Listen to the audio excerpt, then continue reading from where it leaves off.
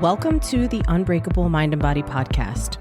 I am your host, Tiana Gonzalez, a multi-passionate creative, storyteller, and entrepreneur with a fierce love for movement.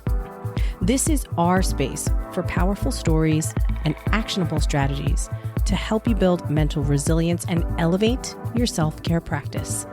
Together, we will unlock the tools that you need to create an unbreakable mind and body. Welcome back to the show. I am your host, Tiana, and this episode is going to get into some strategy so that you can find success in 2026. Now, if you've been following me for any amount of time, you know that I love to swim and play and exist in the space where things are felt, where things are not necessarily tangible, and we know that they exist and we know that they're real, but we can't necessarily quantify. And what I'm talking about is the emotions and the feelings that we assign things and the way that we view the things that happen to us and happen for us, and the way that we frame those things, the way we speak about them. But there also is a very real and valid side that I want to first acknowledge and then help you to get through so that you can measure where you're at, where you want to be, and how you're doing on your journey to get there. So yes, while I love to talk about things in the heart space and things that are not necessarily easy to talk about, we're going to get more into the brass tacks and get specific, because this shit's really important. And I want to emphasize over and over again throughout this podcast, throughout this year, this is the year you are destined to find success. This is the year that you are meant to accomplish lofty goals. This is the year that was made for you. But it's not going to just come to you. It's not going to just show up at your door.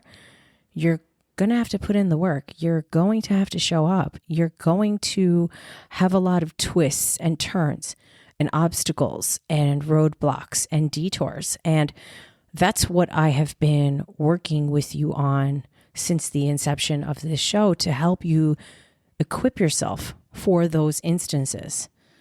But today we're going to get into how to set yourself up for success. Now, last week we talked about starting over.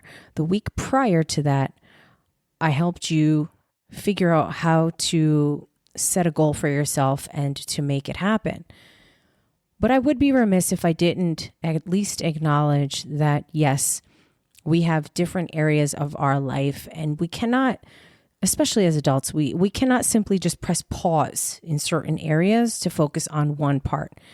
So while I do believe that there should be one thing that is your primary focus, we can also work on the other areas of your life. Now, my partner and I did this exercise together, and it is something that I learned years ago from a mentor. It's so valuable. And the way that we did this exercise together, he had his own sheet of paper and a pen, and I had mine. And what we did was, on this sheet of paper, we drew a line going vertically down the middle, and then a line going horizontally across the middle as well. Okay. So you end up with 4 quadrants. Now, the 4 quadrants that I selected for myself for goals for 2026, in one corner, I wrote family at the top. In another, career. In the bottom left, money. And in the bottom right, health. Now, I wrote these words small at the top of each quadrant. I put a little underline, and then I just listed things for each area of my life. Now, you don't necessarily have to pick the same 4 main areas because maybe one of them is not something that's important to you, or maybe you want to call it something different. So for me, in my family quadrant, I don't really have a lot going on there because I am a single lady. I don't have children of my own. I'm not raising anyone's children. So the things that I listed in there are things that I would like to have in my life in the future. I will not be going over what those specific items are because this episode is not about me, but it is for you. Now, in my career area, I wrote down two things, and one is for work that I am already doing, and I have some financial goals that I would like to hit and maintain. And then another is for something that I've been working on behind the scenes that I eventually want to launch and bring to market and be out there and be fully seen and transparent in the work that I really am passionate about doing. And I'm excited for that. But even in that one little item in my career sector, there are a lot of things that are going to get unfolded or listed underneath that thing. But right now, for the purpose of this exercise, just keep it broad, keep it general. So let's say, as an example, you are working towards a promotion within your organization.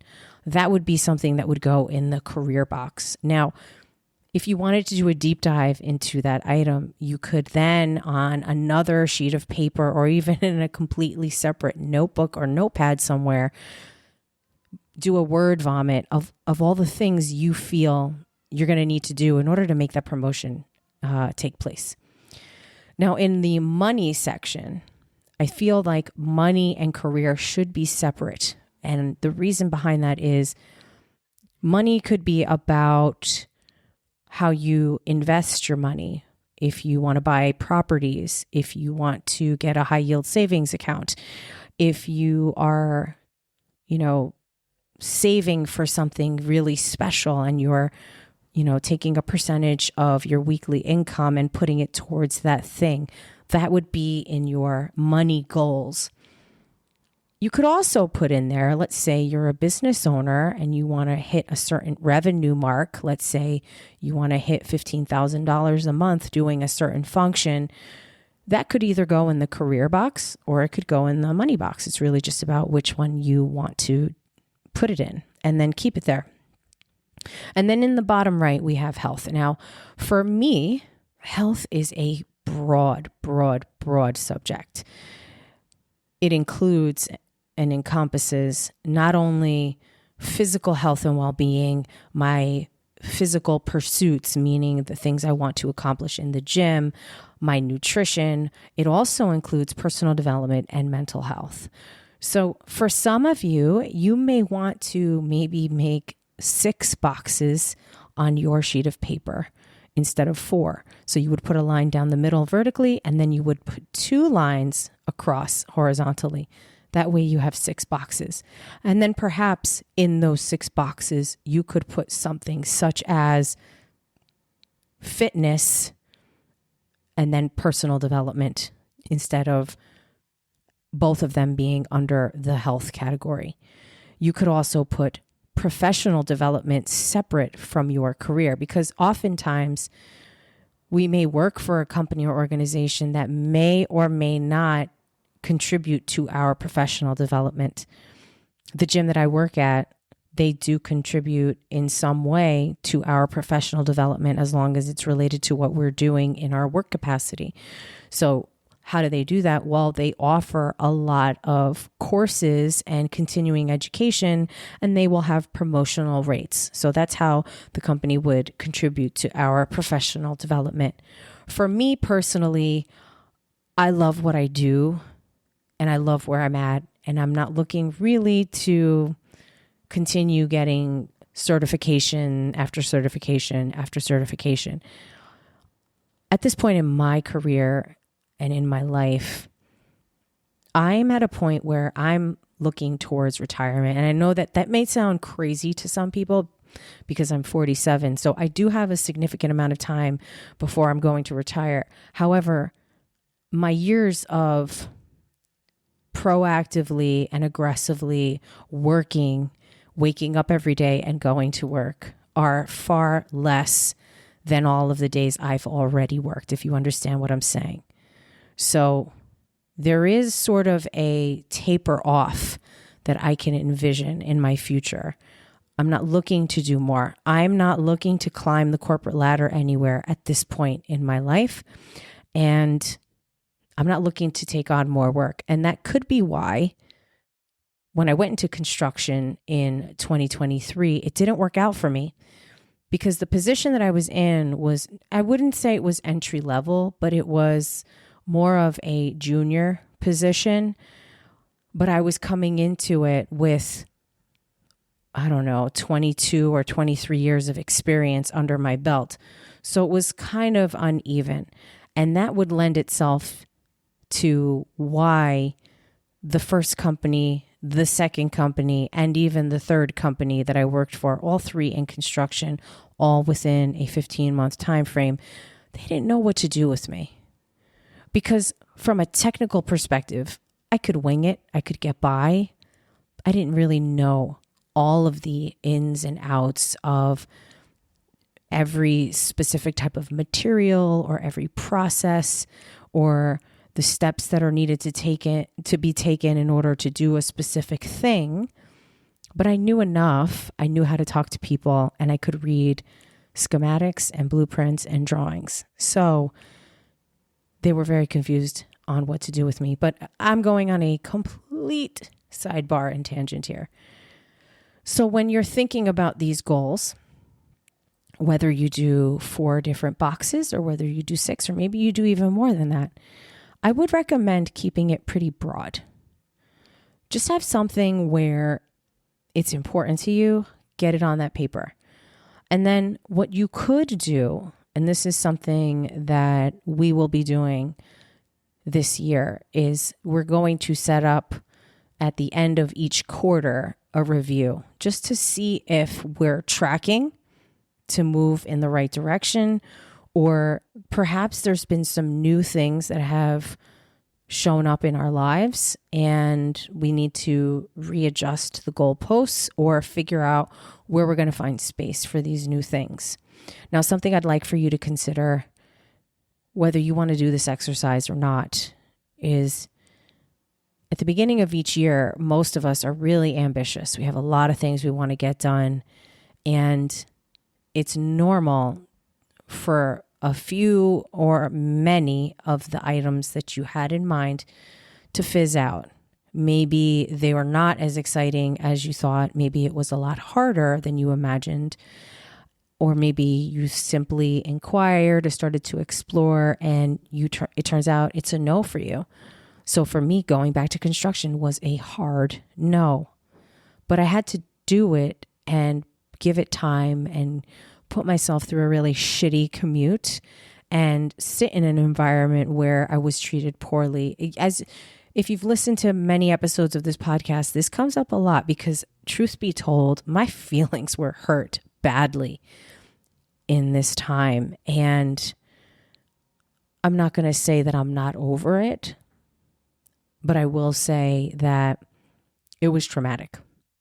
And sometimes things lie dormant beneath the surface, but they poke at us. They remind us. And, unfortunately, I was treated very poorly, and it's kind of stuck with me for a while. It's kind of hurt my feelings like, wow, those people were so shitty. And it wasn't just one company or 2. It was actually 3 in a row. So that's where, if you follow me on social media, you'll see that I've said many times I had to go back into an industry because I felt like there was a stone I had not turned over. There was an itch I wanted to scratch. There was something left to explore. And through my exploration, I received the confirmation that that is not where I'm meant to be. That is not the path for me. That is not the future for me. Confirmation is accepted, and we move on with our lives. So to go back to how to set yourself up, in a way that will give you some clarity and will help you stay organized as the year progresses. Take a sheet of paper. You're either going to write a line down the middle and one line across, or a line down the middle and then 2 lines across. So you will have either 4 sections on your piece of paper or 6. In each of those sections, write down the main areas of your life. For me, I chose family, career, money, and health. Under career, I wrote 2 things. That's it. Under family, I wrote 3 things. That's it. Under my money category, I wrote 3 things as well. And in my health category, I actually wrote 4 things and then realized I had 2 more that I wanted to add to it. But in my health sector, I am including my physical fitness, sleep, my overall health, meaning my hormones, my skin, my hair, and also my personal and professional development. Now, for me, my personal and professional development are kind of the same thing, because any development and nurturing and education that I'm doing is under my mentor, who is helping me heal my nervous system and work on my mental health, and also launch a digital offer. So that's really all about entrepreneurial type of things and interests that I have. And I believe if you're an entrepreneur, you're also deeply invested in your personal development. They go hand in hand. So if you give this exercise a try, do me a favor, send me a text or shoot me a DM on Instagram to let me know how it's going for you. If you need help or you want to just chomp away at some ideas, I'd be very happy to help you with that. You can find out how to get in touch with me if you check the show notes of this episode. And if you follow me on social media, please send me a DM and let me know that you found me through the podcast, because I will follow you back and we can have a quick chat. I really hope that this exercise helps you not only set your goals, but accomplish the things that you want for yourself for 2026. Remember to make sure that you set up check-ins. And don't wait too long before you check in with yourself. Make sure you're doing it consistently and on a timely basis. And one more thing that I forgot to mention. Maybe find an accountability partner. Someone that you trust, someone that you feel safe with, someone that you know has your best interest at heart, and someone who supports you emotionally, because they will help keep you on track. I hope this episode is helpful. I hope that you knock it out of the park in 2026 and beyond. And I hope that you continue to pour into yourself, to become the best version of yourself, to become unbreakable, both in your mind and in your body for 2026 and beyond. Thank you for being here. I appreciate your time and attention as always. And I'll catch you on the next one.